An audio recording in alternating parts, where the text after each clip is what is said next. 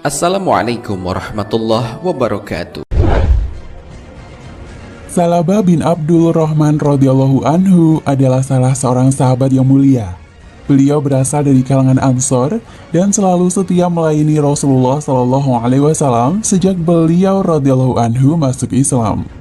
Suatu ketika dalam sebuah perjalanan untuk menunaikan sebuah urusan, secara tidak sengaja Salabah radhiyallahu anhu melihat seorang wanita Ansor yang sedang mandi. Rasa takutnya akan Allah Subhanahu wa Ta'ala muncul seketika. Ia takut jika Allah Subhanahu wa Ta'ala akan menurunkan wahyu atas apa yang telah terjadi. Maka ia lari hingga mencapai pegunungan, tinggal di sana dan senantiasa bertaubat dan menangis kepada Allah Subhanahu wa Ta'ala selama 40 hari.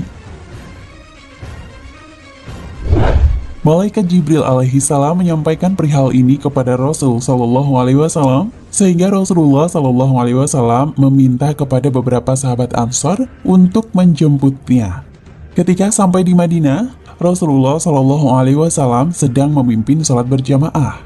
Maka sholatlah mereka. Namun Salabah radhiyallahu anhu masih dengan rasa berdosanya memilih shaf paling belakang.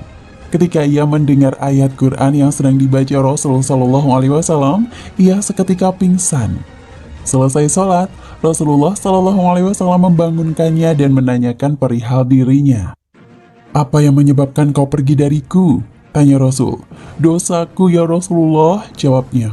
"Bukankah aku pernah menunjukkan ayat yang dapat menghapus dosa dan kesalahan?" tanya Rasul. "Betul, akan tetapi dosaku teramat besar ya Rasulullah," jawabnya. "Akan tetapi kalam Allah itu lebih besar lagi." Setelah itu Rasulullah Shallallahu Alaihi Wasallam memerintahkan agar Salabah dibawa ke rumahnya. Namun setelah sampai di rumah, Salabah radhiyallahu anhu jatuh sakit. Hingga akhirnya Rasulullah Shallallahu Alaihi Wasallam yang mendengar kabar sakitnya Salabah radhiyallahu anhu menjenguknya. Quran Surat Al-Baqarah ayat 201. Salabah radhiyallahu anhu masih merasa malu karena rasa bersalahnya. Ia selalu menggeser kepalanya dari pangkuan Rasulullah Shallallahu Alaihi Wasallam. "Mengapa kamu geser kepalamu dari pangkuanku?" tanya Rasulullah Shallallahu Alaihi Wasallam. "Karena kepala ini penuh dosa," jawab Salabah radhiyallahu anhu. "Apa yang kamu keluhkan?" tanya Nabi Shallallahu Alaihi Wasallam kepadanya. "Seperti ada gerumutan semut-semut di antara tulangku, dagingku, dan kulitku," jawab Salabah radhiyallahu anhu. "Apa yang kamu inginkan?" tanya Nabi Shallallahu Alaihi Wasallam. "Ampunan Robku," jawabnya. Kemudian turunlah Jibril alaihi salam kepada Nabi Shallallahu Alaihi Wasallam dengan membawa wahyu dari Allah Subhanahu wa Ta'ala.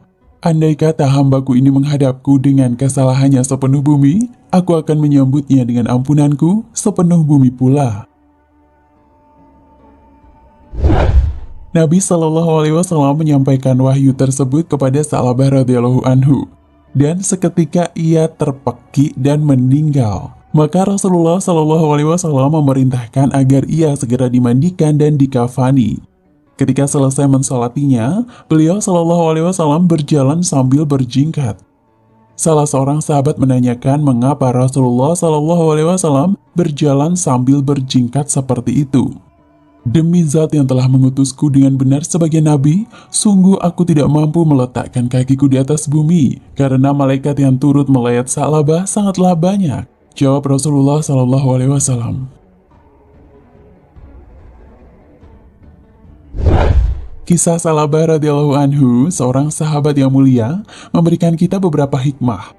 Ada keagungan dalam sikap Salabah radhiyallahu anhu dalam menyikapi rasa bersalahnya. Kesalahan Salabah radhiyallahu anhu mungkin merupakan sebuah kesalahan yang sepele untuk kita, namun tidak untuk seorang Salabah radhiyallahu anhu. Yang dianggap sebagai dosa besar bagi Salabah adalah secara tidak sengaja melihat seorang wanita yang sedang mandi. Ketidaksengajaan inilah yang memicu penyesalan dan taubat dari Salabah radhiyallahu anhu. Sedemikian mulia akhlakmu, hai Salabah.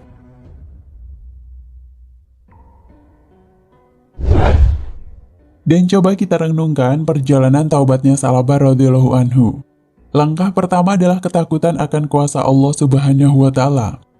Rasa takut akan kuasa Allah Subhanahu wa Ta'ala mencerminkan betapa Salabah radhiyallahu anhu adalah manusia yang ihsan. di mana ia tahu dan yakin walaupun tidak ada seorang pun yang bersamanya saat itu. Namun Allah Subhanahu wa Ta'ala ada dan mengetahui apa yang dilakukannya. Takutnya Sa'labah radhiyallahu anhu akan azab Allah Subhanahu wa Ta'ala atasnya segera menuntunnya ke langkah selanjutnya, yaitu penyesalan. Penyesalan yang penuh dengan sujud dan tangis selama 40 hari.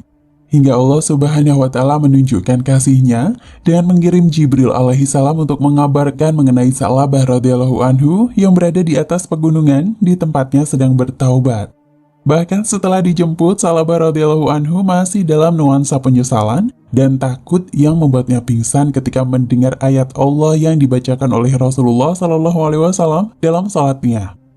Penyesalan yang kemudian menyebabkan sakitnya Sa'labah radhiyallahu anhu. Hingga Allah Subhanahu wa Ta'ala menegaskan keagungannya dan ampunannya kepada Sa'labah radhiyallahu anhu. Tahap terakhir adalah ampunan Allah Subhanahu wa Ta'ala atas Sa'labah radhiyallahu anhu. Sangat terlihat betapa Allah Subhanahu wa Ta'ala mencintai hamba-hambanya yang bertaubat dan kembali kepadanya.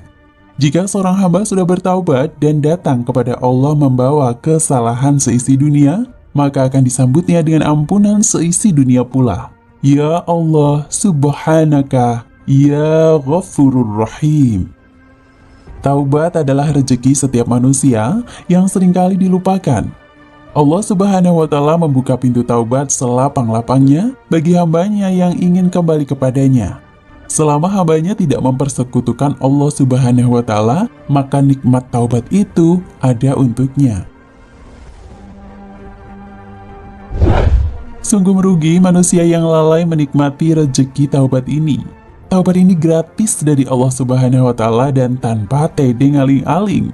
Sebuah kehinaan jika memohon ampunan atau maaf dari sesama manusia, namun adalah sebuah kemuliaan untuk memohon ampun dari Allah Subhanahu wa Ta'ala dengan sebaik-baiknya permohonan. Karena taubat tidak akan diterima bila si pendosa tidak menyesali kesalahan atau dosanya.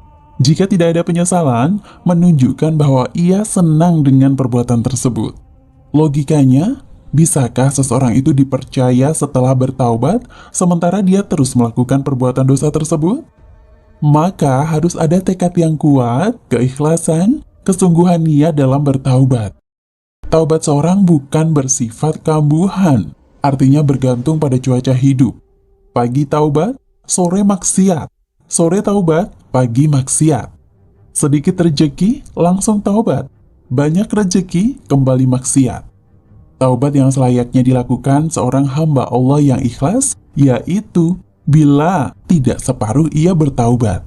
Itu yang disebut sebagai taubatan nasuha, yaitu benar-benar dan sungguh-sungguh dengan kesadaran yang tinggi untuk bertaubat. Nah, jika dosa itu berkaitan dengan hak manusia lain, maka ada satu hal lagi yang harus ia lakukan, yakni dia harus meminta maaf kepada yang bersangkutan atau saudaranya jika ia telah meninggal. Seperti misalnya minta untuk diikhlaskan, mengembalikan atau mengganti suatu barang yang telah dia rusakkan atau curi, dan sebagainya.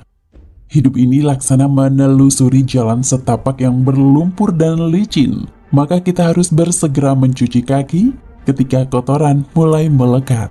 Agar resiko jatuh berpeluang kecil, diperlukan kehati-hatian. Mari bertaubat. Dikisahkan oleh Jabir bin Abdullah Al-Ansori. Dikutip dari Mukhtasar Kitab Tawabin yang ditulis oleh Ibnu Qudamah Al-Maqdisi. Wallahu a'lam bishawab.